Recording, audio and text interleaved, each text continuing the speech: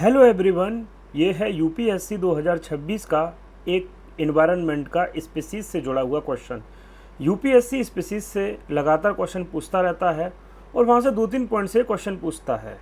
कोई भी स्पीसीज हो, जैसे वेस्टर्न हुलक गिब्बन है, लगभग अगर आप द हिंदू भी पढ़ते हैं तो कभी न कभी आपको न्यूज़ में मिल ही जाता है, इतनी कोई बड़ी चीज़ है नहीं। तो यहाँ पर हम सबसे पहले देखते हैं इसका IUCN स्टेटस क्या है।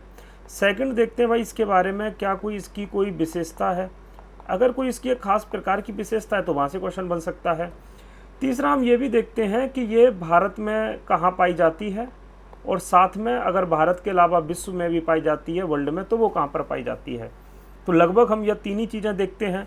और ये क्वेश्चन देखिए, ये इस परंपरा का उल्लंघन नहीं करता है, बिल्कुल ऐसे ही पूछा गया है। देखिए, पूर्वोत्तर भारत में एक अभयारण्य इस बानर जाति का घर है जिसे अंतर्राष्ट्रीय प्रकृति संरक्षण IUCN की लाल सूची में लुप्तप्राय मतलब इंडेंजर्ड की सूची में रखा गया है। मतलब इसने 2 पॉइंट्स रखा गया है, यानी कि तो ये भारत के पूर्वोत्तर क्षेत्र में पाया जाता है और दूसरा बोल रहा है कि IUCN में इंडेंजर्ड में है। दोनों ही स्टेटमेंट ठीक हैं।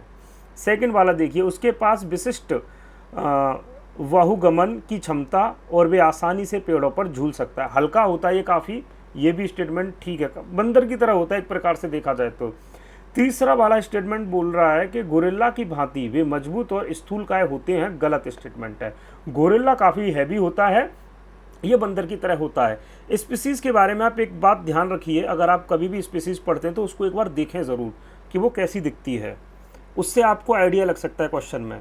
अब देखिए, अगर आपको मान लो पहला ही स्टेटमेंट ठीक है, अगर आपको पता है पहला तो एकदम एब्सोल्युटली ठीक होगा, तो C वाला हट जाएगा, D वाला हट जाएगा। पहला वाला ठीक है, अब दूसरा वाला भी ठीक है, आंसर इज B।